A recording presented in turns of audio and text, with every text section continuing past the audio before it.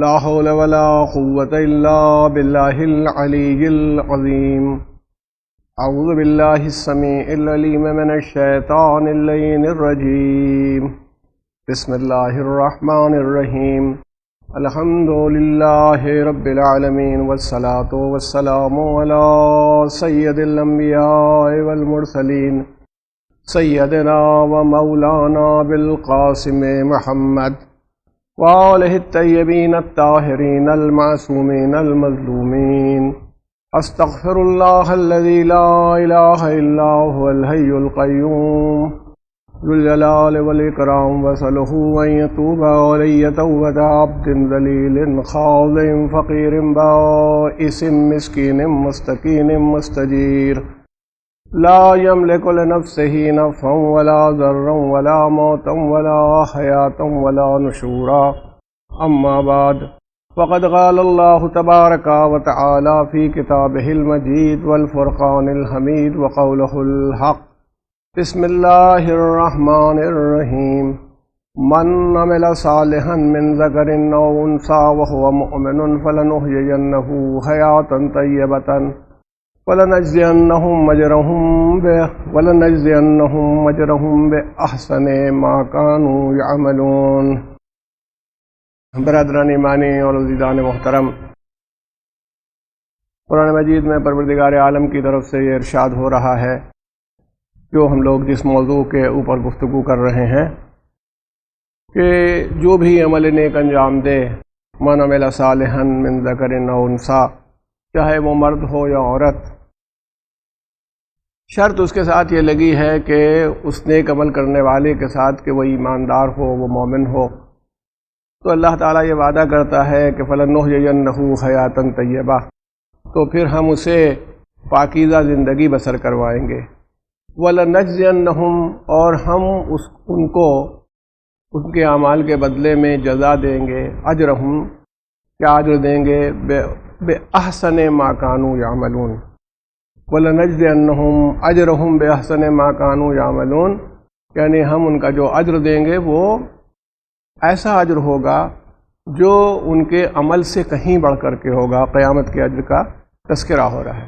ہم لوگ اس موضوع پر کہ ہماری زندگی کیا ہے گفتگو کر رہے ہیں، اور اس میں آپ کے سامنے بہت سی باتیں آئی تھیں کہ انسان جو ہے اس کی ایک خاص کوالٹی ہے کہ وہ تمام مخلوقات سے اور تمام جتنی اس کے کریشنز ہیں اللہ تعالیٰ کے، ان کریشنز کے مقابلے میں انسان ایک بہتر اور سپیریئر موسٹ پوزیشن کے اوپر ہوتا ہے. اب غور کر لیجئے کہ میں نے کل یا دو دن پہلے شاید آپ کے سامنے یہ بات کی تھی، یہ بات سامنے آئی تھی کہ جس وقت آپ غور کرنا چاہیں تو آپ دیکھ لیں کہ جو بھی کریشن ہے وہ آدمی انسان کے فائدے کے لیے بنایا گیا ہے، مگر اس میں جتنی کوالٹیز ہیں ہر مخلوق میں، اس سب کا کوئی نہ کوئی پارٹ اللہ تعالیٰ نے انسان کو عطا فرمایا.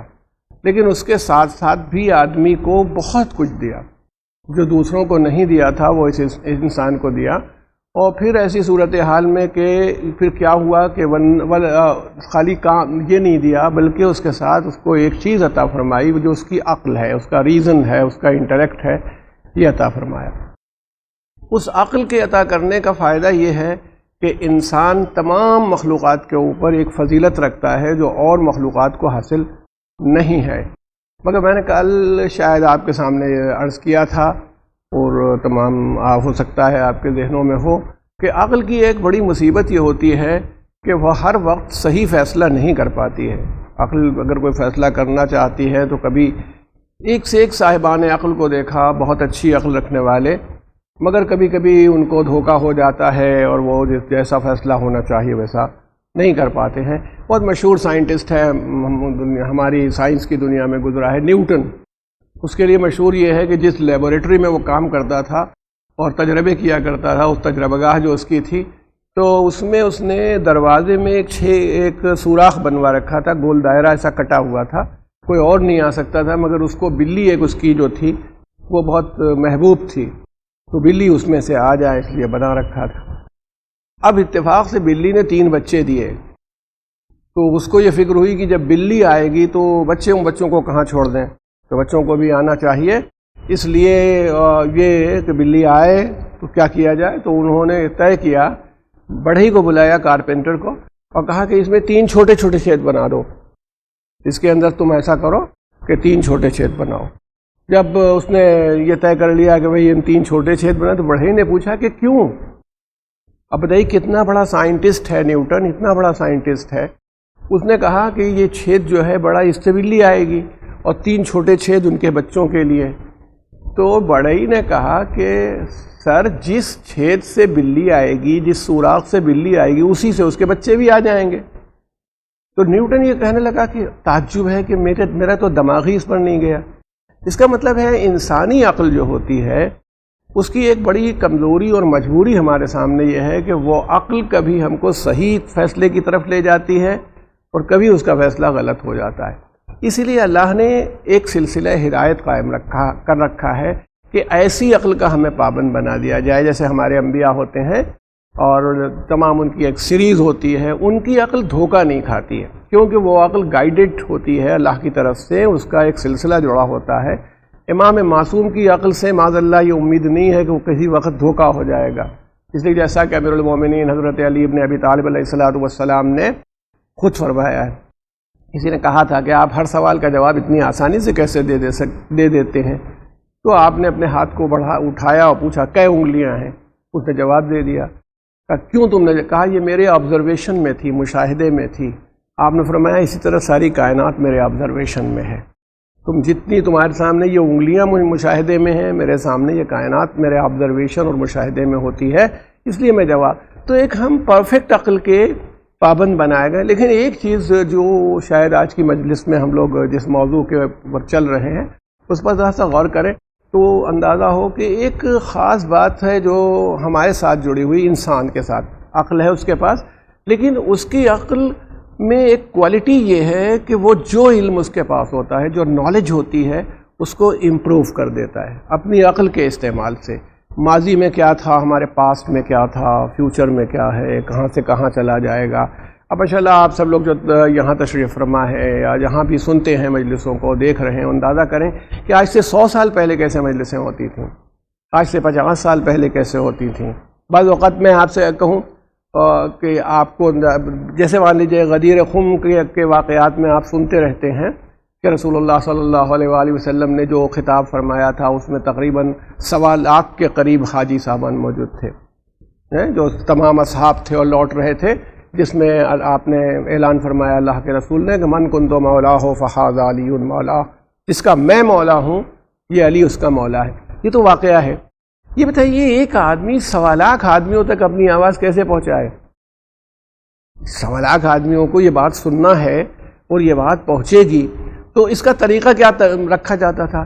ایک آدمی ہوتا تھا جس کی آواز بہت لاؤڈ ہوتی تھی، بہت تیز ہوتی تھی، تو جس کی آواز بہت لاؤڈ ہوتی تھی، بہت زور سے بولا کرتا تھا، وہ کھڑا رہتا تھا۔ جو کچھ اسپیکر نے کہا یا رسول اللہ نے فرمایا وہ چیختا تھا، کیونکہ اب پیغمبر کی شان کے بھی لائق نہیں کہ وہ چیخ رہے ہیں ہر بات کے اوپر، تو وہ چیخ کر کے بتاتا تھا، تو دور تک یہ آواز چلی جاتی تھی کہ بھئی کیا کہا۔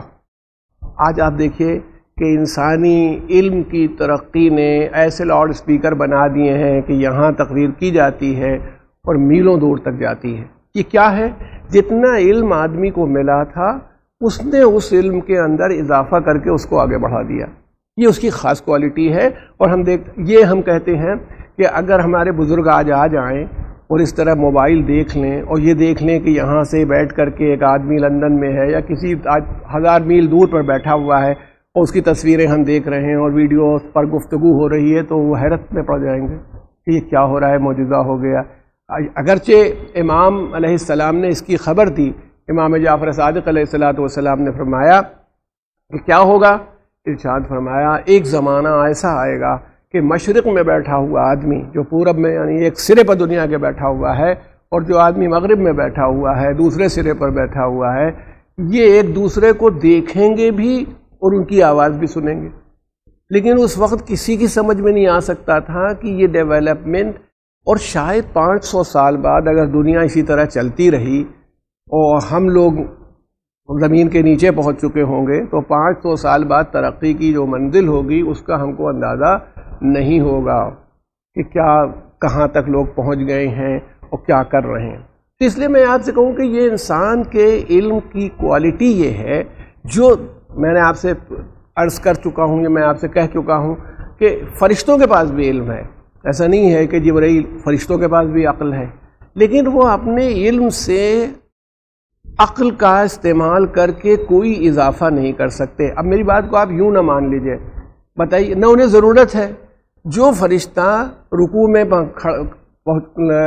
تخلیق کر دیا گیا وہ رکوع میں ہے، جس کو سجدے میں تخلیق کر دیا گیا وہ سجدے میں ہے، جو اس فرشتے کو جہاں پر بھی کر رکھ دیا گیا ہے وہ وہیں پر موجود ہے.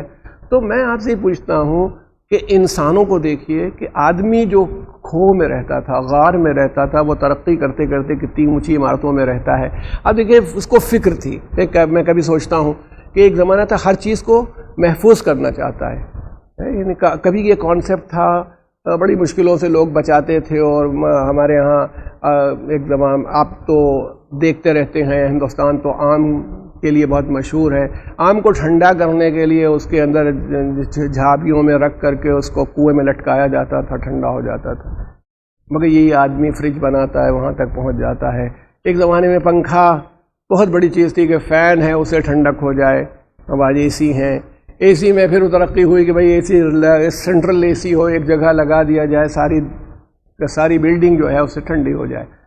یہ سارا کمال انسان کا علمی ترقی کی بنیاد پر ہے. میں نہیں کہتا کہ فرشتوں کے پاس علم نہیں ہے، عقل نہیں ہے. نہیں، جب جناب آدم علیہ السلام کا امتحان ہوا تھا تو اسی کہ آپ نے علم کے استعمال سے اپنی عقل کا استعمال کر کے اس کو اتنی بلندی تک پہنچایا. اور ماشاءاللہ یہ بافہم مجمع تشریف فرمائے. دیکھیے امیر المومنین نے فرمایا، اللہ کے رسول حضرت محمد مصطفیٰ صلی اللہ علیہ وآلہ وسلم نے مجھے 1000 باب 1000 چیپٹرز علم کے تعلیم کیے. اب وہ 1000 گنتی میں یوں نہ رکھیے، جب ہم بولتے ہیں تو یعنی اتنی تعداد تھی. 1000 علم کے باب مجھے سکھائے. اچھا آپ نے کیا فرمایا؟ میں نے ہر چیپٹر سے، میں نے ہر باب سے جو مجھے تعلیم دیا گیا تھا 1000 نئے باب پیدا کر دیے. تو اس کا مطلب یہ ہے کہ علم میں انسانی صفت یہ ہے کہ عقل کا استعمال کر کے اضافہ کر دیا جائے. یہ نہیں کہ جس صورت میں چلا آ رہا تھا. ماشاءاللہ ہم تو کہتے جس لائن میں آپ سوچئے اور دیکھتے رہیے. کل یا کسی دن آپ کے سامنے ذکر یہ آیا تھا کہ میں جناب فاطمہ زہرا سلام اللہ علیہا چکی پیستی تھیں. ہمارے ہاں بھی ہم نے اپنے زمانے کے یعنی جو پرانے زمانے کی چکیاں پڑی ہوئی دیکھی ہیں کہ ان میں گیہوں ڈالا جاتا تھا یا جو، اور پھر اسے گھما گھما کر کے اس کی چکیاں پیسی جاتی تھیں. یہ آج کوئی ضرورت نہیں. گھروں میں بھی اگر آپ کو پیسنا ہو گیہوں تو ایسی مشینیں ہوتی ہیں، وہ آ جاتی ہیں، آپ نے لگائی، وہ خود ہی گرائنڈ کر دیں گی، خود ہی پیس دیں گی. یہ ایک ہے پہلو ترقی کا، علمی ترقی. تو انسان کی کوالٹی یہ ہے. میں کسی نوع نے، نہ جنہوں نے نہ فرشتوں نے، نہ کبھی اسپتال بنایا، نہ کبھی اسکول بنایا، نہ کبھی لائبریری بنائی ہے. انسان کا کمال کیا ہے؟ وہ ماضی کا علم جو پاسٹ میں گزر چکا ہے اس کا استعمال کر کے مستقبل تک آتے آتے اس میں اضافہ کرتا چلا جاتا ہے. یہ بہت بڑا کمال ہے انسان کا جو اللہ تعالیٰ نے اس کو عطا کیا. مگر میں نے آپ سے کہا تھا کہ دیکھیے انسان کے پاس جسم ہے، باڈی ہے. ہر آدمی جسم کے بغیر ہم لوگ نہیں چل سکتے. اچھا یہ جسم بھی پروردگار عالم نے ویسے ہی دیا ہے جیسا دوسرے جانداروں کو دیا ہے. یعنی مان لیجیے جو جاندار دوسرے ہیں، وہ گائے ہو، بیل ہو، بکری ہو، کوئی بھی ہو، اسے بھی بھوک لگتی ہے، ہم کو بھی بھوک لگتی ہے، ہم بھی کھاتے ہیں. غذائیں الگ الگ ہو سکتی ہیں مگر کھانا کھاتے ہیں. یہ ہے. اچھا ایک کبھی میں کہتا ہوں کہ جو لوگ ہمارے دانشور ہیں، علماء ہیں، انہوں نے کہا ہے اگر پروردگار عالم یہ انتظام نہ کرتا کہ بھئی جو تم کھاتے ہو جتنی تمہیں ضرورت ہے اتنا کھا لو، تمہارے جسم میں خون بن جائے، باڈی کے اندر چلتا رہے اور آگے بات بڑھ جائے. اگر جتنا ٹنوں کھانا ہمیں پوری زندگی کھانا ہے ہمارے پر لاد دیا جاتا تو کیا حال ہوتا کہ یہ تمہارا کل حساب ہے، اتنے 100 ٹن ہے، لادے چلو. نہیں ہم آپ کھاتے رہتے ہیں. اچھا پھر جب مر جاتے ہیں تو کوئی ایک دانہ لے کے نہیں جاتے اس زمین سے. جتنا پانی پیا ہے وہ سب چھوڑ جاتے ہیں، جتنا دانہ کھایا ہے وہ سب چھوڑ جاتے ہیں، کچھ لے کے نہیں جاتے. اللہ تعالیٰ کا ایسا نظام اس دنیا میں بنا ہوا ہے.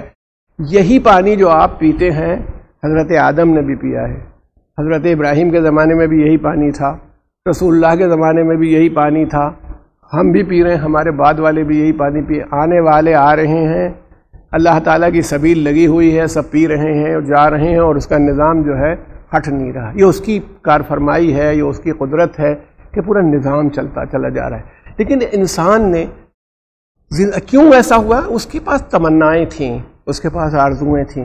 ماشاءاللہ جتنے لوگ تشریف فرما ہیں یا جب سنیں گے، کبھی کوئی مجلس سنتے ہیں یا اپنے دل میں سوچے اور بتائیں، کوئی مرنا چاہتا ہے؟ نہیں مرنا چاہتا، ایک زندگی چاہتا ہے، حیات چاہتا ہے، بیمار ہوتا ہے لاکھوں روپے خرچ کر دیتا ہے، علاج کے اوپر اپنے خرچ کر دیتا ہے، کوشش کرتا ہے۔ کبھی جانوروں میں یہ فکر ہوئی جانوروں کو کہ نہ مریں؟ یوں تو خطرہ سامنے آیا، پریشان ہو گئے، لیکن اگر یہ خطرہ سامنے نہ ہو تو انہیں مار دیں، مر جائیں۔ ایک آدمی، بلکہ ہم اپنے لیے نہیں، اب جن کو چاہتے ہیں ان کی موت سے پریشان ہو جاتے ہیں، ارے فلاں آدمی مر گیا۔ تو جبکہ جانوروں میں یہ ہے کہ وہ ابھی ایک جانور مر جاتا ہے، تھوڑی دیر بعد وہ سب نارمل ہو جاتے ہیں، چلتے رہتے ہیں۔ تو انسان نے بیماریوں کے علاج کب ڈھونڈا؟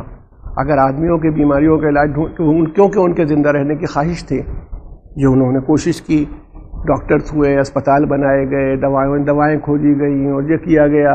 اچھا دیکھیے، جب کوئی مصیبت آتی ہے، آج کل جس مصیبت میں اور بیماری میں ہم سب لوگ خطرے کا ایک احساس ہے۔ اگرچہ ایک بات میں آپ سے عرض کرتا چلوں، کبھی کبھی بہت سے خطرات ماحول کے اعتبار سے ہو جاتے ہیں۔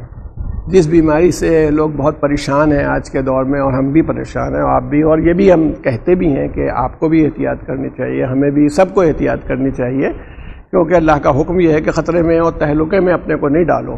یہ اپنی جگہ میں کہتا ہوں بالکل صحیح بات ہے، لیکن اگر آپ غور کیجئے تو اس سے زیادہ لوگ کینسر میں مرتے ہیں روز دنیا میں۔ میں آپ کے سامنے عرض کرتا چلوں کہ یہ بہت پرانی فگر میں دے رہا ہوں آپ کو، 25 سال اور 30 سال پرانی فگر، کہ روز دنیا میں 15 لاکھ آدمی مر جاتے ہیں، اور یہ نہیں معلوم کون 15 لاکھ مر جائیں گے۔ اسی آپ کے شہر میں، اپنے شہر میں دیکھ لیجئے، مرنے والوں کو پتہ نہیں ہوتا۔ کبھی کبھی تو ہم لوگ خود کہہ رہے تھے، ابھی کل شام کو تو ملے تھے، ان کے گھر والے کہہ رہے تھے ارے ابھی ان سے ملاقات ہوئی تھی، بلکہ ڈاکٹرز کہتے بھی ہیں، خاص طور سے ہم سب لوگوں کو متوجہ بھی رہنا چاہیے، وہ کہتے ہیں کہ بہت سے لوگ صرف اس لیے مر جاتے ہیں، تھوڑی احتیاط نہیں کرتے ایج کے ساتھ۔ اب 50 سال کے ہو گئے، 55 سال کے ہو گئے، جیسے ہی اٹھتے ہیں، میں واش روم جانا تھا، رات میں اٹھے ایک دم سے چلے گئے، کہتے ہیں کہ دماغ میں خون نہیں ہوتا اس وقت۔ تو سب سے پہلے چاہیے یہ کہ آدھا منٹ بیٹھ جائیں، پھر پیر لٹکا کے آدھا منٹ بیٹھ جائیں، پھر جائیں، تو اٹیک کبھی نہیں ہوگا۔ ورنہ ہمیشہ سنتے ہیں باتھ روم میں اٹیک ہوا، ختم ہو گئے۔ تو اچھا، یہ آدمی نے توجہ سے سوچا نا، آج جو بیماری ہے صاحب، اس کے جراثیم کس طرح کے ہیں اور کیا ہیں؟ انہوں نے کہا کم سے کم آپ 21 سیکنڈ یا 22 سیکنڈ ہاتھ دھوئیے، اور بالکل مل کے ہاتھ دھوئیے صابن سے، اور اس طرح سے دھوئیے۔ جانور مرتے چلے جاتے، ان کو پتہ ہی نہیں چلتا کہ کیا ہوا۔ آدمی اپنی عقل سے، کیونکہ اس کے زندہ رہنے کی اس کے پاس تمنا ہے، خواہش ہے، آرزو ہے، زندہ رہنا چاہتا ہے، تو جب انسان زندہ رہنا چاہتا ہے تو پھر اس کی تلاش کرتا ہے کون سی بیماری ہوگی تو اس کا علاج کیا ہوگا، احتیاط کیا ہوگی۔ ایک زمانہ تھا، آپ نے جو ہمارے جوان ہیں اور بچے ہیں ان کو نہیں احساس ہوگا، جب پولیو تھا، کتنے لوگوں کے پیر خراب ہوتے تھے، بچوں کے پیر پیدائش سے۔ اب پولیو ڈراپس پلائے جاتے ہیں اور ان کا علاج کیا جاتا ہے۔ آدمی نے دیکھا یہ ہو نہیں نہ پائے۔ اچھا، چیچک، اب خدا کا شکر ہے کہ دکھائی نہیں پڑتی، تو چیچک کیوں نہیں دکھائی پڑتی ہے؟ چیچک اس لیے نہیں دکھائی پڑتی کہ اس کا علاج، اس کی ویکسین ڈھونڈی گئی، اور جو بزرگ ہیں وہ دیکھ سکتے ہیں، ان کے پاس ہے۔ اب تو چیچک کا ٹیکہ جیسے لگتا ہے پہلے ویسے نہیں لگتا تھا۔ میرے پاس، میرے بازو میں 3 نشانات ہیں بڑے بڑے، جو بچپنے میں جو لگایا گیا ہے چیچک کا ٹیکہ، یہاں پر 3 نشانات موجود ہیں۔ لیکن ترقی کے ساتھ انسان آگے جاتا رہتا ہے، یہ بہت اچھی بات ہے۔ اسی لیے انسان نے، میں یہ کہتا ہوں، فرشتے اپنے پروں سے بہت دور تک جا سکتے ہیں، مگر ہوائی جہاز نہیں چلا سکتے۔ نہ انہوں نے ہوائی جہاز بنایا ہے، نہ ہوائی جہاز چلایا ہے، نہ ان کے پاس ایئرپورٹ ہے، نہیں ہے فرشتوں کے پاس۔ فرشتوں سب کچھ ہو، لائبریری نہیں ہے ان کے پاس، انسان کے پاس ہے۔ پہلے وہ لکھنا بھی نہیں جانتا تھا، اس نے لکھنا سیکھا ہے، پہلے وہ زبان ڈیولپ کی ہے، نہ جانے کتنا کام ہے جو انسان نے کیا ہے۔ اللہ تعالیٰ نے اپنی اس مخلوق کو، انسان کو، اسی کی دی ہوئی ہے، اس مخلوق کو اور اس انسان کو یہ کوالٹی دی ہے کہ یہ جتنا علم ہے اس کے اندر اضافہ کر دے۔ مگر اس کی سب سے بڑی خرابی جو اس کے ساتھ اٹیچڈ ہے وہ یہ کہ دیکھیے، اس کے پاس ایک جسم ہے، جس جسم کو یہ بچانا چاہتا ہے، زندہ رہنا چاہتا ہے، اور اسی خیال سے ہمارے سامنے یہ جواب ابھرتا ہے کہ کوئی ایسی جگہ ہے. دیکھیے جانوروں میں یہ خواہش نہیں کہ ہم ہمیشہ زندہ رہیں، آدمیوں میں یہ خواہش ہے کہ ہم مرنا نہ پائیں. اس کا مطلب ہے کہ زندگی کی یہ جو للک ہے زندگی کے لیے، جو ہماری فکر ہے، کوئی نہ کوئی ابدی زندگی ہے جس کی طرف قرآن نے، اہل بیت نے، اللہ کے رسول نے اشارہ کیا ہے. ایسی ابدی زندگی ہے جہاں کے لیے کہا جا رہا ہے کہ تیار ہو جاؤ. جیسے میں نے آیت میں بھی کہا تھا کہ اس میں پکا حصہ پڑھا تھا کہ وَلَنَجْزِيَنَّهُمْ أَجْرَهُمْ، جو لوگ ایسا عمل کریں کہ نیک رہیں گے، ایماندار رہے اور اچھے اعمال کریں گے، تو ہم دنیا میں ان کو اچھی اور پاکیزہ زندگی بسر کروائیں گے. یہ آپ کے ذہن میں رہے، دنیا میں اچھی اور پاکیزہ زندگی بسر کریں گے، اور اس کے بعد کیا ہوگا کہ ان کو آخرت میں یہاں کے بعد جو زندگی آئے گی اجر اس سے کہیں بڑھ کے دے دیں گے. جو اس کا بدلہ دیں گے اس کا اجر انتہائی زیادہ ہوگا. یہ ارشاد فرمایا. اس کا مطلب یہ ہے کہ ایک ابدی زندگی کی طرف ہم جا رہے ہیں. تو آپ کے پاس جسم ہے، آپ کی باڈی ہے، آپ اس کو، مگر جسم آپ کا، میں نے پھر سے آپ کا اندازہ کر لیجئے، بہت کمزور جسم ہے آپ کا. جانوروں کا جسم آپ کے مقابلے میں بہت زیادہ مضبوط ہوتا ہے. اگر آپ تلاش کریں تو جانوروں کا جسم انسان کے جسم سے، اس کی کھال دیکھ لیجئے، آپ کی کھال ذرا سا بھی کوئی چیز کاٹ رہے ہو، چھری کی نوک لگ گئی، انگلی کٹ جاتی ہے. جانور اتنی آسانی سے نہیں، ایسے مضبوط جانور ہوتے ہیں کہ ان کی کھال کے تو کوڈ بنا دیے جاتے ہیں اور پتہ نہیں کیا کیا ہوتا ہے. تو اس لیے عرض یہ کرنا ہے کہ جب کبھی آپ غور کریں گے تو انسان کے پاس جسم ہے، مگر ایک کمزور جسم. انسان کے پاس دماغ ہے، یہی اس کی مضبوطی ہے، عقل ہے اس کے پاس. اگر دماغ نہ ہو تو یہی ہاتھ پیر ہوتے ہیں، مگر لوگ بس صرف ہمدردی کا اظہار کیا کرتے ہیں. ارے بیچارے، پہلے بڑے قابل آدمی تھے، پتہ نہیں کیا ہوا، کون سا صدمہ ہوا. وہ مانیے میں نے ایسے لوگوں کو دیکھا ہے جو اپنی زندگی میں بڑے، ایک ہمارے یونیورسٹی میں ایک پروفیسر تھے، اکنامکس ڈپارٹمنٹ میں پروفیسر تھے ہماری، ان کے بہت اچھے، تو پتہ نہیں کیا ہوا تھا ان کو، کون سا صدمہ ہوا. اب وہ ہاتھ پکڑ لیتے تھے، کہیں بھی مل گئے، ایک غزل سنو اور گا رہے ہیں کھڑے ہوئے، اسٹوڈنٹس کھڑے دور سے دیکھ رہے ہیں. اب ہم لوگ یہ بھی تھا کہ بھائی ہم سے سینئر ٹیچر تھے، ان کا یہ حال ہے بیچارے کا. تو معلوم ہوا کہ انسان کی جو صفت ہے، کوالٹی ہوتی ہے، وہ دماغ سے اور عقل سے. لیکن اس کے پاس ایک تیسری چیز جو اس کے ساتھ لگی ہوئی ہے، اس کا ایک نفس ہے، تمنا ہے. بس تمنائیں اور آرزویں جو ہوتی ہیں کتنی ہوتی ہیں ہر چیز میں. دیکھیں کوئی بھی انسان ہو، یہ بھی اس کی ایک کوالٹی ہے، چاہتا یہی ہے کہ اس کا ریکاگنیشن ہو. انسان ہے، چاہتا یہ کہ لوگ اسے اچھا سمجھیں. اچھا، جو ظالم ہوتے ہیں وہ لوگ بھی یہ نہیں چاہتے کہ لوگ ظالم کی حیثیت سے ان کو جانیں. یہ ایک آدمی چوری کرتا ہے تو یہ نہیں کہ اپنے دروازے پر وہ لکھ دے، جیسے ڈاکٹر صاحب اپنا نام کے ساتھ لکھتے ہیں ڈاکٹر، تو وہ لکھے چور. ایک آدمی ظلم کرتا ہے تو لکھے اپنے نام کے ساتھ ظالم لکھے، یعنی برا سمجھتا ہے، اپنا ریکاگنیشن برائی کے ساتھ نہیں چاہتا. لیکن آرزویں بہت ہوتی ہیں، تمام آرزویں ہوتی ہیں نا. ایک ہنگامہ مچ جاتا ہے.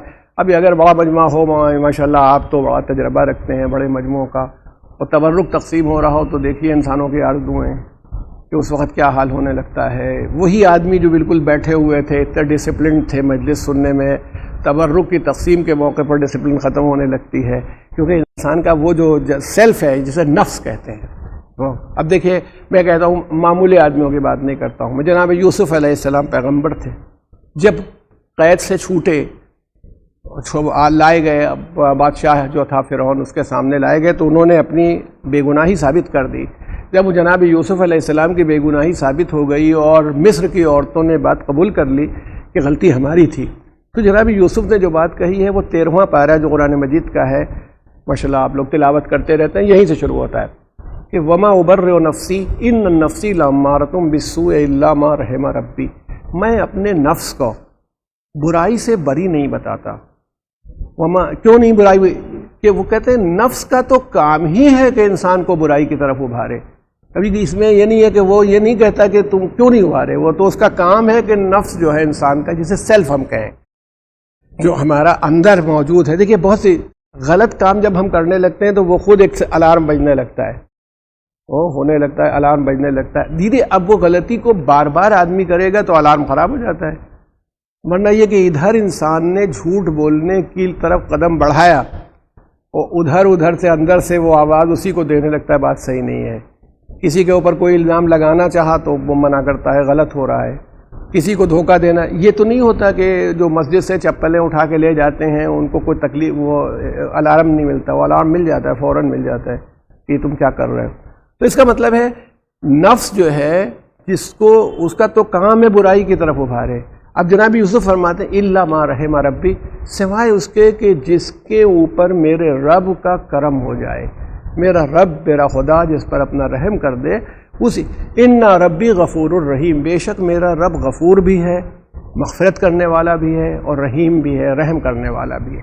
تو آپ یہ اندازہ کریں کہ یہ نفس جو ہے انسان کے ساتھ، ایک اس کا جسم ہے، ایک اس کی عقل ہے جو دماغ کے اندر موجود ہے، ایک اس کا نفس ہے. اگر یہ نفس نہ ہوتا تو دیکھیں جسم اور عقل کے ساتھ فرشتے موجود ہیں مگر ان کے پاس نفس نہیں ہے. ٹھیک ہے نا. اب آپ غور کیجئے، میں کبھی کبھی سوچتا ہوں کہ جب آدمی بزرگ ہو جاتے ہیں، شوگر وگر ہو جاتی ہے ان کو، اور شیرینی تقسیم ہو گئی مجلس میں یا کہیں مل گئی تو بچوں کو دینے لگتے ہیں، لو بیٹا کھاؤ. یہ سخاوت نہیں ہوتی، مجبوری ہوتی ہے. یہ میٹھا کھا نہیں سکتے، ان کو مٹھاس منع ہے، کیا کریں؟ تو بچوں کو دے رہے ہیں کہ لو بھیا تم کھا لو، تم دے دو. جب ان کو خود خواہش تھی تب کبھی نہیں کہا. فرشتوں کو خواہش ہی نہیں ہے، آرزو ہی نہیں ہے. اچھا فرشتوں میں وہ رشتہ ہی نہیں ہے. جناب ابراہیم علیہ السلام کی جو کوالٹی مانی جاتی ہے کہ انہوں نے اپنے بیٹے کو اللہ کے حکم سے، وہ بھی ایک خواب کے ذریعے دیے گئے حکم سے، قربانی کے لیے لٹا دیا جناب ابراہیم علیہ السلام نے، اور چھری رکھ دی. اور جیسا کہ روایتوں میں ہم لوگ بیان کرتے رہتے ہیں چلا بھی دی. وہ دمبا ذبح ہو رہا، ان کو تو تکلیف ہو ہی رہی ہے کہ میرا بیٹا جو ہے وہ ذبح ہو رہا ہے. ایسا ہوا. اگر یہ رشتہ نہ ہو تو کچھ کٹ جائے، ہمیں کیا فرق پڑتا ہے؟ جب مان لیجیے ہم لکڑی کی ڈنڈی کو لے لیں یا کسی شاخ کو کاٹتے ہیں تو ہمیں تکلیف نہیں ہوتی ہے. یا مان لیجیے جب آدمی ایک جانور کو ذبح کرتا ہے تو کیا وہی تکلیف ہوتی ہے جو بیٹے کو ذبح کرنے میں جناب ابراہیم علیہ السلام کو ہوئی ہوگی؟ وہ بھی اکلوتا بیٹا، وہ اس عمر میں کہ جناب ابراہیم علیہ السلام کی عمر تقریباً 100 سال سے اوپر تھی جب انہوں نے قربانی پیش کی تھی جناب اسماعیل کی. جناب اسماعیل 12-13 سال کے تھے، ایک 13 سال کے بچے کو قربان کر رہے ہیں، وہ بھی اکلوتا بیٹا ہے. تو تکلیف ہوئی ہوگی کیونکہ انسان کو پروردگار عالم نے یہ سارے جذبے دے رکھے ہیں. تو نفس کے لیے پھر اب دیکھیں وہ سورہ والشمس آپ پڑھتے ہیں، عید کی نماز میں بھی پڑھتے ہیں کہ اللہ کہتا ہے، قسم کھاتا ہے، وَنَفْسٍ وَمَا سَوَّاهَا. وہ آپ کے پاس بھی نفس ہے، ہم ان کے پاس بھی، ان کے پاس بھی، ہمارے پاس بھی، سب کے پاس نفس موجود ہے. قسم ہے نفس کی کہ جس نے، اور اس کی جس نے اس کو بنایا ہو. وَأَلْهَمَهَا فُجُورَهَا وَتَقْوَاهَا، ہم نے اس نفس کو گناہ کیا ہے، برائی کیا ہے، اور تقوی و پرہیزگاری اور کنٹرول کیا ہے یہ بتا دیا ہے. قَدْ أَفْلَحَ مَنْ زَكَّاهَا، وہ یقیناً کامیاب ہو گیا جس نے اپنے نفس کو بلند کر دیا. وہ جس نے اپنے نفس کو بلند کیا وہ کامیاب ہو گیا. اور قَدْ خَابَ مَنْ دَسَّاهَا، جس نے نفس کو اپنے گرا دیا پھر وہ برباد ہو گیا. یعنی یہ نفس جو انسان کے پاس ہے اس کو اسی عقل جسم کے دائرے میں رہتے ہوئے یا اس کو ترقی دینا ہے اور یا تنزلی کی طرف جائے گا. ہمارے یہاں وہ آپ لوگ تو واقف ہیں، ہندی ہماری زبان ہے، ہماری نیشنل لینگویج ہے. اس کے اندر دیکھیے وہ کبیر داس ایک بہت بڑا شاعر گزرا ہے، اتفاق سے وہ کرگھا ورگھا چلاتے تھے، کپڑے بناتے تھے. تو ان کی پوری ایک نظم تھی، اس کا صرف ایک لائن اس کی میں آپ کے سامنے کروں.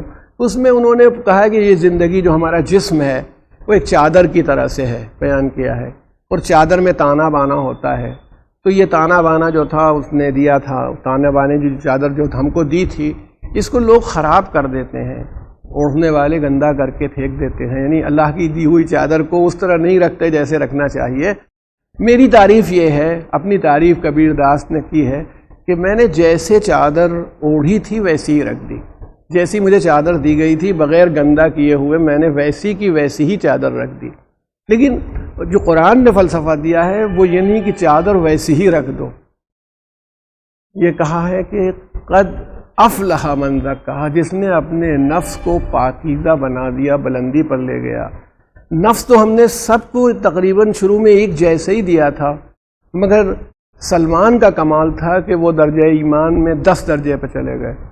یہ اس کا کمال تھا. اگر ویسے ہی چھوڑ دیتے تو جیسے سب تھے ویسے ہی ہوتے. ابو ذر کا کمال ہے کہ اس کو بلندی تک لے گئے، مقداد کا کمال ہے اس سے بلندی تک لے گئے. تو اس کا مطلب ہے کہ یہ سارے کمالات ترقی کے نفس کے لیے ہیں کہ انسان چاہے تو اس کو اونچائی کی طرف بھی لے جائے، نہ چاہے تو پستی کی طرف، لیکن اس کی آرزوئیں اور تمنائیں جو ہوتی ہیں نا وہ سب اس کو مجبور کرتی رہتی ہیں کہ لائیں. اس لیے اچھا وہ عقل کیا کہتی ہے؟ دیکھیں جیسے بچے سوچتے ہیں ویسے ہم لوگ بھی سوچتے ہیں. خاص طور سے کھیلوں میں بھی مانیاں ہوتی ہے، بچے کرتے ہیں آپس میں لڑنے لگتے ہیں، آؤٹ نہیں ہوئے تھے، اور جب کرکٹ ہوتا ہے تو صرف اس لیے کہ ہم کھیلتے رہیں، جھوٹ بولتے ہیں. یہ سارے جذبے انسان کے اندر بچپن سے موجود ہوتے ہیں، جس کو دین کنٹرول کرواتا ہے، ایمان کنٹرول کرتا ہے کہ ایمانداری سے. اب آپ کے پاس نظر دیکھیں کتنی چیزیں آپ کو دی گئی، آنکھیں آپ کے پاس ہیں، کان آپ کے پاس ہے، چھونے کی طاقت ہے، سونگھنے کی طاقت ہے، زبان ہے، اور اختیار آپ کے پاس ہے، کنٹرول آپ کے پاس ہے. آپ کے پاس کنٹرول کیا ہے؟ زبان پر جو چیز چاہیں آپ رکھ سکتے ہیں. مگر اللہ کیا چاہ رہا ہے؟ یہ رکھنا زبان پر، یہ نہیں رکھنا تمہارا، تمہیں ہم نے اختیار دیا ہے. یہ آنکھ ہے، صحیح بھی دیکھ سکتی ہے، غلط بھی دیکھ سکتی ہے. وہ چیز دیکھنا جو ہم بتا رہے ہیں، جو صحیح ہے وہ دیکھنا، جو صحیح نہیں دیکھنا. یہ کان سب کچھ سن سکتے ہیں، مگر تم وہ سننا جو میں چاہتا ہوں. اللہ یہ چاہ رہا ہے، یعنی یہ نفس کے کنٹرول کا عالم ہے، یہ سب اس کے سامنے دیا ہوا ہے. یہ ہمیں دیکھیں کہاں سے ملا. پھر آپ سے میں اپنی پرانی مجلس کا ذکر کروں جہاں سے اگر آپ غور کریں گے تو آپ کو ملے گا. وہیں سے آپ غور کیجئے کہ وہ کیا کہہ رہا ہے. انسان اگر اپنی عقل سے ہر جگہ فیصلہ کرے گا تو غلطی ہو جائے گی. اپنی عقل سے فیصلہ نہ کرو، بلکہ تمہارے سامنے ہم نے مکمل اور کامل عقلیں رکھی ہیں. یہ اللہ کے رسول حضرت محمد مصطفیٰ صلی اللہ علیہ وآلہ وسلم ہیں، ان کے جانشین حضرت علی ابن ابی طالب ہیں، معصومہ عالم جناب فاطمہ زہرا ہیں. یہ 11 امام حضرت علی کے علاوہ موجود ہیں. اس سے پہلے جو نبی گزر چکے، یہ سب کامل عقلیں ہیں. یہ دیکھتے جاؤ یہ کیا کرتے ہیں، ان کی فکر کیا ہوتی ہے. ہم نے ان کو بھی نفس دے کے بھیجا ہے. یہ دیکھیں کوئی کمال. میں آپ سے پوچھوں کہ کیا کوئی کمال ہے کہ حضرت علی کو بھوک نہیں لگتی؟ تو بھوک نہیں لگتی تو پھر خیرات کرنے سے کوئی بات ہی نہیں. بھوک لگتی ہے، یہ نہیں ہے، مگر آپ کا وہ مزاج نہیں ہے کہ اپنی دوسروں کی بھوک کو دیکھنے کے باوجود اپنی بھوک کی فکر کریں. آپ کا یہ خیال نہیں ہے. تو اس لیے آپ غور کیجئے کہ امیر المومنین حضرت علی ابن ابی طالب کے پاس یہ نہیں. اب کبھی کبھی بہت سے لوگ سمجھتے ہیں کہ فقیری ہے. نہیں، یہ بات نہیں. ان کے پاس دولت بھی تھی، ان کے پاس تمام چیزیں ہیں.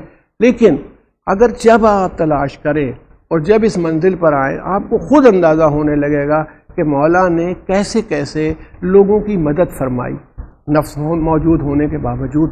ایک جگہ خود ارشاد فرمایا، ایک آدمی ہے کوئی، اور میں سمجھتا ہوں کہ لوگ جو حرکتیں کرتے ہیں کہ کچھ فائدہ حاصل کرنے کے لیے، سفارش کرنے کے لیے امیر المومنین کے پاس پہنچا ہے.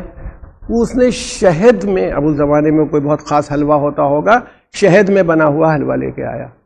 وہ شہد کا حلوہ امیر المومنین کی خدمت میں پیش کیا گیا ہے. اب دیکھیے ہم تو یہ کہ بہت عمدہ مٹھائی آئی ہے، وہاں کی آئی ہے، اب بھی فکر ہی نہیں ہوتی کہ نجس ہے کہ پاک ہے، صحیح ہے کہ غلط ہے، مال کیسا تھا، اچھا تھا کہ برا تھا، عمدہ مٹھائی ہے.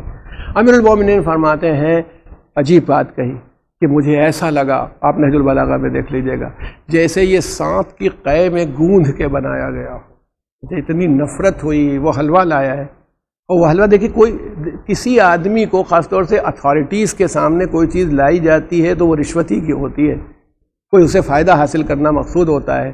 حلوہ لایا گیا تو وہ کہتے ہیں، مولا فرماتے ہیں مجھے ایسا لگا سانپ کی قے میں گوندھ کے بنایا گیا ہے. پھر ارشاد فرمایا کہ جگہ ارشاد فرمایا کیا علی بھی یہی کیا کرے کہ چوپایوں کی طرح پیٹ بھر کے کھا لیا کرے کہ آنکھیں پتھرا جائیں؟ یعنی آپ کہتے ہیں کہ میری بھی کوئی ایسی ہے وہ پوزیشن ہے. اور ارشاد فرمایا جناب عثمان ابن حنیف آپ کے گورنر تھے، ایک دعوت میں چلے گئے تھے، کسی نے بلایا تھا، بصرے کے گورنر تھے، دعوت میں چلے گئے، بڑی شخصیت کے مالک تھے، ان کی بہت اتھارٹی ہے، مدینے کی اتھارٹیز میں تھے. تو اس کے اندر خود انہوں نے ارشاد فرمایا، چلے گئے دعوت میں، امیر المومنین نے ان پر سختی کی، اور سختی کرنے کے بعد حضرت علی ابن ابی طالب نے اس خط میں لکھا ہے ان کو کہ یاد رکھو کل تمہاری منزل قبر ہے. دیکھیں نفس کی درستگی کے لیے مولا نے اپنے خاص صحابی کو کیا بتایا، کل تمہاری منزل قبر ہے. اگر کھودنے والے گڑھے کو چوڑا اور گہرا بھی کھود دیں تو اینٹ اور پتھر اسے پھر بند کر دے. یاد رہے. تو اس کا مطلب ہے کہ جن کے پاس نفس، سب کے پاس ہے، اس نفس کو کنٹرول کرنے کا طریقہ کیا ہوگا. یعنی آدمی کے پاس جسم، آدمی کے پاس عقل، آدمی کے پاس نفس. اب یہ اس کی ترقی کی بات یہ ہے کہ اپنے اختیار سے وہ عمل کر کے اس جنت تک پہنچ سکتا ہے جس کو اللہ نے انسان کے لیے انعام کے طور پر بنائی. یہ کبھی بھی ہم لوگ غور کریں تو ہمیں اندازہ ہو جائے، جس کو قرآن مجید کی آیت اشارہ کر، من عمل صالحا، جو بھی نیک عمل انجام دے، من ذکر او انثی، چاہے مرد ہو یا عورت ہو، وہو مومن، اور وہ مومن ہو، ایماندار ہو، فلنحینہ حیاتا طیبہ، تو ہم کیا کریں گے؟ ہم اسے ایک پاکیزہ زندگی بسر کروا دیں گے اس دنیا میں. اس کی عزت ہوگی، رسپیکٹ ہوگی. پاکیزہ زندگی کا مطلب لگزیوریس لائف نہیں ہے. پاکیزہ زندگی کا مطلب ایک پرسکون زندگی ہے جس میں آدمی خود قناعت کرتا ہے، خود اسے سنتوش ہوتا ہے، خود اپنے اوپر اعتماد کرتا ہے. یہ پاکیزہ زندگی ہے. خود اپنے نفس کے اوپر کنٹرول کرتا ہے. دیکھیں جن چیزوں کے اوپر کبھی کبھی تو عبادتوں پر لوگ فخر کرنے لگتے ہیں. ہم سے زیادہ کوئی نماز نہیں پڑھتا. مان لیے ایک صاحب ہے 40 سال سے نماز پڑھ رہے تھے، ان کو لگا گیا اب تو ہم سے زیادہ بڑا تو کوئی ہے نہیں. ایران کے ایک واقعے میں آپ کے لیے ہوگا، یہ تو واقعہ گزرا ہے، ایک نام میرے ذہن سے نکل گیا ہے، غالب دین نے ان کا واقعہ لکھا، جو بہت بڑے بزنس مین تھے، تاجر تھے، بہت ایماندار اور نیک آدمی تھے. تو ان کی ایمانداری اور نیکی کے بعد ان کا یہ حال ہوا کہ کبھی اس کی مدد کر دی، غریبوں کی مدد کرنا، غریبوں کے ساتھ ساتھ مدد کے ساتھ طالب علموں کی مدد، طالب علموں کو کے علاوہ علماء جو بھی ان کے پاس آئے، اور نماز روزے کے پابند عبادت کرتے تھے، اور حرم میں داخل ہیں اور امام رضا کی زیارت کے لیے جا رہے ہیں. ان کے دل میں ایک خیال گزرا ایک بار کہ شاید اللہ نے کچھ مجھے مقام دے دیا ہو، میں نیکی کرتا ہوں، اتنے برس ہو گئے، اتنی میں تجارت کا اپنا پیسہ جو ہے وہ نیکی پر خرچ کرتا ہوں. پھر کہا شاید شیطان نے یہ خیال نہ ڈالا ہو میرے دل میں.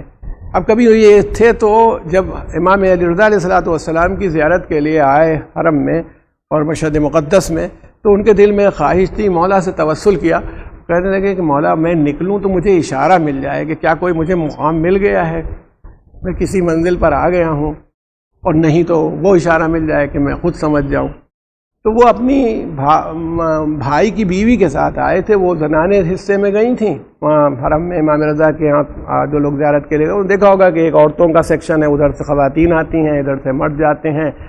تو باہر جہاں ملے تو اب فطری بات ہے کہ جب وہ سب لوگ نقاب لگائے ہوئے ہیں تو کبھی کبھی ڈاؤٹ ہو سکتا ہے، مگر یہ بالکل توسل کر کے نکلے کہ میں مولا مجھے اشارہ مل جائے کہ کیا کوئی حیثیت و کوئی مقام مجھے حاصل ہوا ہے یا نہیں ہوا ہے.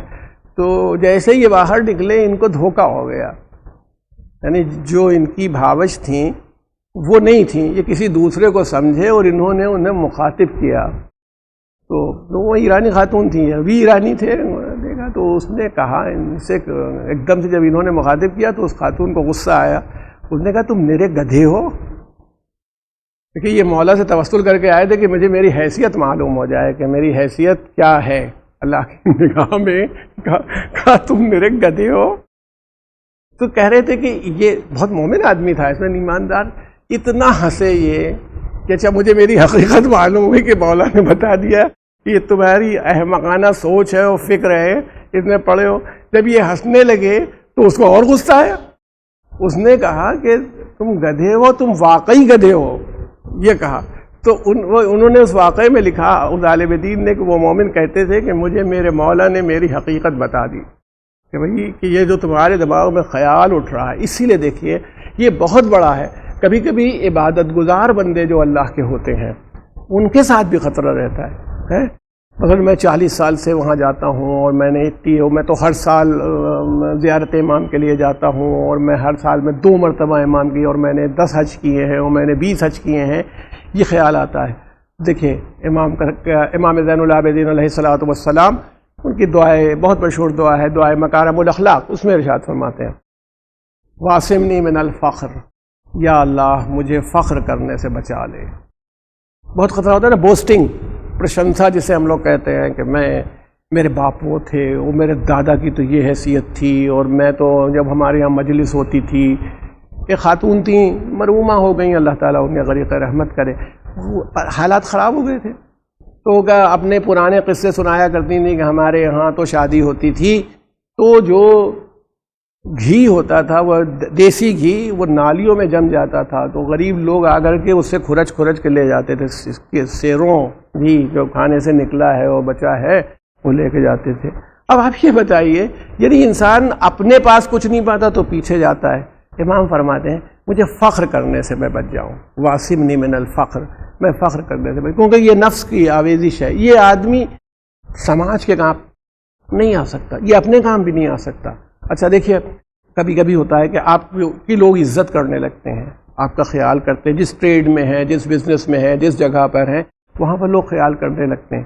تو آپ یہ دیکھیے، مولا نے اسی دعا میں فرمایا کہ لا ترفعنی فی الناس درجۃ، امام زین العابدین فرماتے ہیں مجھے لوگوں کے درمیان ایک ڈگری بھی، کسی ایک قدر، جو بھی کہیں آپ، اتنا بھی بلند نہیں کرنا جب تک مجھے میرے اپنے نفس کے نزدیک اتنا ہی گرا نہ دینا، پست نہ کر دینا، کیونکہ اسی سے بے خرابی پیدا ہوگی۔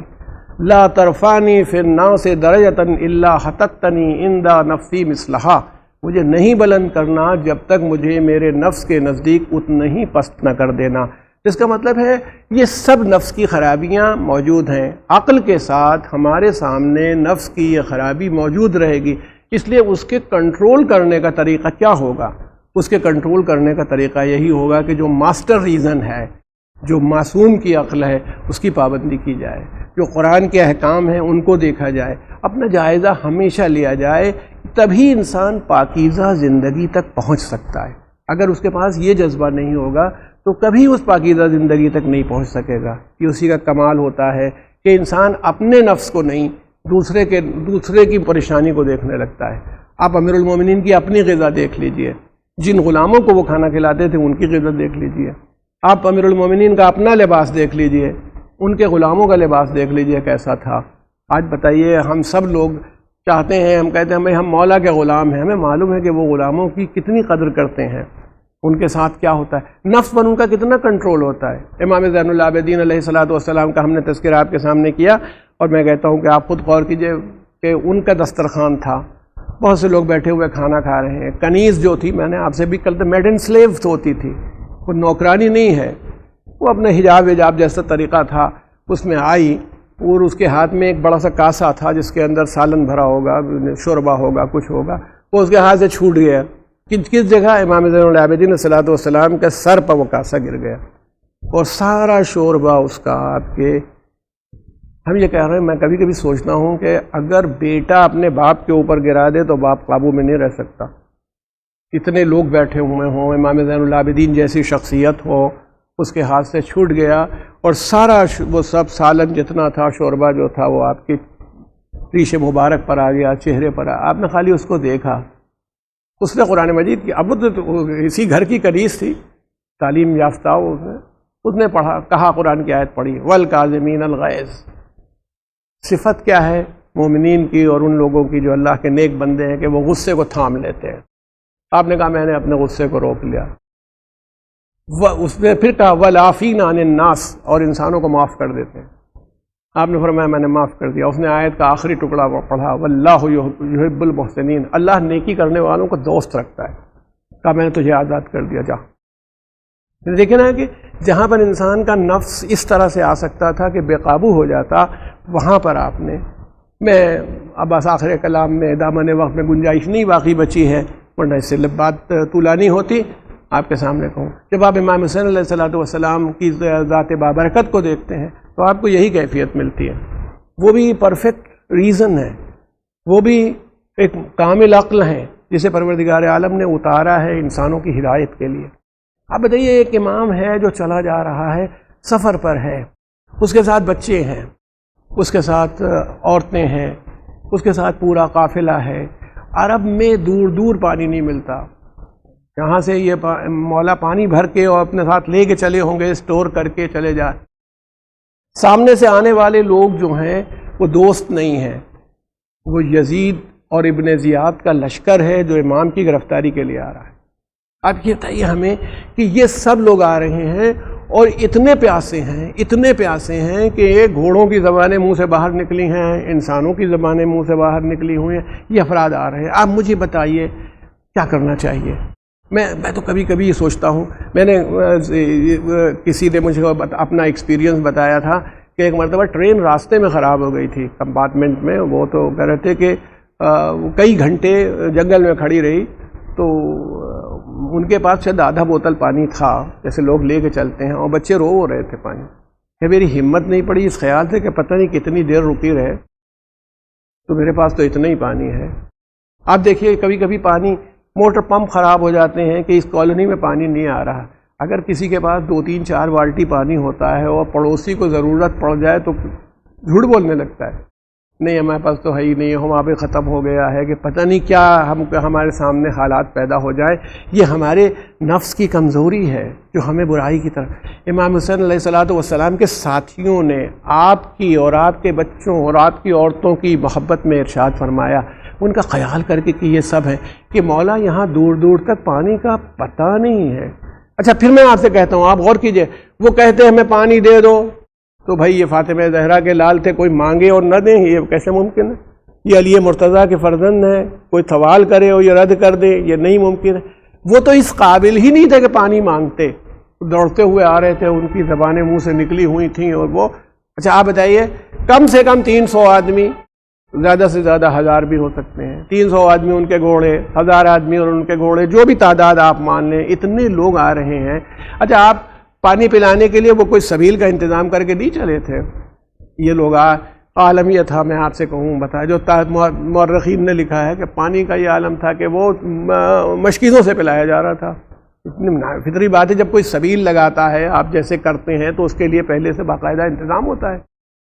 جو مشکیزیں تھے، لوگ اس سے پانی پلا رہے ہیں اور پانی پینے والے اپنے ہاتھ بڑھا رہے ہیں۔ اس میں ایک شخص ہے، حر کے لشکر کا سپاہی ہے، علی ابن طعان محاربی، اس کا نام ہمیشہ یاد آ جاتا ہے چونکہ اس نے روایت کی ہے۔ وہ کہتا ہے میں اتنا بدحواس تھا، میرا حواس بالکل جا چکے تھے کہ امام مجھے دیکھ رہے تھے، میں پانی مشکیزہ لیتا تھا تو منہ کی طرف نہیں کان کی طرف لے جاتا تھا، سمجھ ہی نہیں آتا کیسے پیوں۔ تو حضرت نے کہا کہ اس کو اونٹ کو بٹھا لو، لیکن کہتے تھے کہ وہ مدینے اور مکے کی جو عربی ہے، حجازی عربی، وہ اور ہوتی ہے، اور میں جس علاقے کا تھا وہ عربی اور ہوتی ہے۔ کبھی کبھی یہ ہوتا ہے کہ آپ جو زبان بولتے ہوتے ہیں وہ دوسرا آدمی سمجھ نہیں رہا ہوتا ہے، تو کہہ رہا تھا کہ میں سمجھا نہیں کہ مولا کیا کہہ رہے ہیں آپ نے، اور کیا کہا، اس کو جو ایڈریس کیا ہے، یا آخی، اے میرے بھائی، یعنی وہ جو دشمن کے لشکر کا سپاہی آیا، امام کہہ رہے ہیں اے میرے بھائی، اسے اونٹ کو بٹھا لے۔ اب بیٹھے ہوئے دیکھ رہے تھے اور پانی پلایا جا رہا تھا، کہ میں نہیں سمجھا، تو آپ اٹھ کے آئے، مشکل سے گدھا ہوتا درست کیا، مجھے پانی لا کر کے پلایا، اور تب تک میرے پاس کھڑے رہے جب تک میں سیراب نہیں ہو گیا۔ آپ اندازہ کیجئے، یہ فاطمہ زہرا کے لال نے، یا اگر نفس ذرا سا ہوتا تو میں کہتا ہوں ایک قطرہ نہ پلاتے، وہ دشمن تھے، وہ آپ کی گرفتاری کے لیے آئے تھے، سب ختم ہو جاتے، مگر یہ امام کی اعلیٰ ظرفی تھی، اور آپ نے یہ دکھایا کہ آدمی کے پاس عقل ہو، اور تو عقل کامل کا فیصلہ یہ ہوتا ہے کہ وہ نفس کی پستی کی طرف نہ جائے، نفس کی بلندی کی طرف جائے۔ اسی لیے گویا زندگی وہ کامیاب ہوگی جس میں نفس کو بلند کیا جا رہا ہو۔ اور پھر میں کہتا ہوں امام عالی مقام کا یہ بہت بڑا کمال ہے، یہ بہت بڑا کمال ہے۔ کبھی آپ غور کیجئے گا، کربلا میں انہوں نے ایک بار نہیں کہا کہ حر میں نے تجھے پانی پلایا تھا، کسی ایک سے نہیں کہا کہ لشکر یزید میں دیکھو یہ لوگ تھے جو میں نے پانی پلایا تھا، آج میں پیاسا ہوں، آج میرے بچے پیاسے ہیں۔ انسان مجبور، میں کہتا ہوں کبھی کبھی کسی کے ساتھ احسان کرو اور وہ احسان فراموشی کرے تو انسان چڑھ جاتا ہے، جلنے لگتا ہے، غصہ ہو جاتا ہے، کہہ دیتا ہے، مگر حضرت نے نہیں فرمایا، کسی ایک سے نہیں کہا میں نے پانی پلایا تھا۔ اور اسی کا اثر تھا کہ حر روز عاشورہ امام کی خدمت میں حاضر ہوا، اس عالم میں کہ بیان کیا جاتا ہے ہاتھ بندھے ہوئے تھے، بعض روایات میں سپر کو پلٹے ہوئے تھا کہ میں لڑنے کے لیے نہیں آ رہا ہوں، آنے کے بعد اپنے کو مولا کے قدموں میں گرایا، فرزند رسول میں گناہگار ہوں، میں آپ کو یہاں لایا ہوں، میں نے آپ کو یہاں پہنچایا ہے، یہ آپ کے بچے جو التش کی آوازیں بلند کر رہے ہیں، یہ بتائیے میری خطا معاف ہو جائے۔ امام فرماتے تو حر ہے، حر کے معنی ہوتے ہیں آزاد کے، تیری ماں نے کیا تیرا اچھا نام رکھا ہے، تو دنیا میں بھی آزاد ہے اور آخرت میں بھی آزاد ہے۔ حر کھڑا ہے، جنگ شروع ہو چکی ہے، خود کہہ رہا ہے امام سے تو پھر مجھے اجازت دے دیجیے میں میدان میں چلا جاؤں، میں میدان قتال میں چلا جاؤں۔ بھائی جب اس نے کہا میں میدان قتال میں چلا جاؤں تو مولا نے فرمایا کہ تو مہمان ہے اور تو میرا مہمان۔ اب آج میرا یہ عالم ہو گیا، ورنہ کبھی ایسا نہیں ہوا کہ ہمارے یہاں کوئی مہمان آیا ہو ہم نے خاطر رکھی ہو۔ میں کہتا ہوں بولو آپ کی مادر گرامی تو وہ ہے کہ اگر سائل آ جائے تو اپنی چادر گروی کر دیتی ہیں سائل کی بھوک مٹانے کے لیے، مگر امام فرماتے میرے پاس تو ایک گھونٹ پانی نہیں کہ میں تجھے پلا سکوں، ہاں اتنا ہو سکتا ہے کہ تھوڑی دیر آرام کر لے۔ اور کہتا بولا مجھے معاف فرمائیے، اچھا ایسا یہ میرا بیٹا ہے، آپ اسے اجازت دے دیجیے میدان قتال میں جائے۔ اس کا بیٹا حر کا امام نے اجازت دی، حر کا بیٹا میدان میں آیا، ابھی وہ وہاں سے آیا تھا تو ایسا نہیں کہ بھوکا رہا ہو، یہ نہیں ہم مان سکتے کہ وہ پیاسا رہا ہو، میدان میں آیا لڑنے لگا اور جب گرا تو ابھی امام سے اس کو وہ، ورنہ ہر ناصر امام کو آواز دیتا تھا یا مولا ہو ادرکنی، اس نے اپنے باپ کو پکارا یا بتا ہو ادرکنی۔ اب یہ صاحبان اولاد فیصلہ کرے، باپ بیتابانہ دوڑا، حر دوڑا کہ میرا بیٹا گر پڑا ہے، جیسے ہی حر دوڑا امام نے بازو پکڑ لیا، حر کیا کر رہا ہے؟ کوئی جوان بیٹے کے لاشے پر اس کا بابا جاتا ہے، کسی جوان کا لاشا لے، تو بیٹھ جا، تیرے بابا کا لاشا، تیرے بیٹے کا لاشا لے کے میں آؤں گا۔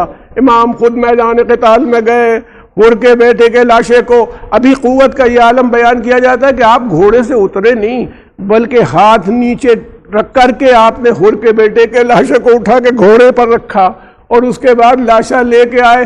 مگر مولا میرا دل کہتا جب آپ یہ کہتے ہیں تو ہمیں وہ منظر نظر آتا ہے کہ جب ایک 18 سال کے جوان کا لاشا ہے اور آپ اس لاشے کو لانا چاہتے ہیں، اور حالت یہ ہوتا ہے کہ قبر کسنے کے بعد لاشا لے کے چلتے ہیں اور کبھی رکھ دیتے ہیں، اور آخر کار آپ ہی نے آواز دی تھی کہ بنی ہاشم کے بچوں آؤ اور اپنے بھیا کا لاشا لے چلو۔ مولا جوان کا لاشا لانے کے لیے بوڑھا باپ نہیں جاتا، مگر وہ بوڑھا باپ کیا کرے جس کے بیٹے کا لاشا لانے کے لیے کوئی موجود نہ ہو۔ سیعلم الذین ظلموا ای منقلب ینقلبون انا للہ و انا الیہ راجعون۔ الہی بحق الزہراء و ابیہا و بالہا و بنیہا اللہم اغفر للمؤمنین والمؤمنات والمسلمین والمسلمات الاحیاء منہم والاموات، تعب بیننا و بینہم بالخیرات انک مجیب الدعوات انک علی کل شیء قدیر۔ اللہم صلی اللہ علیہ وسلم۔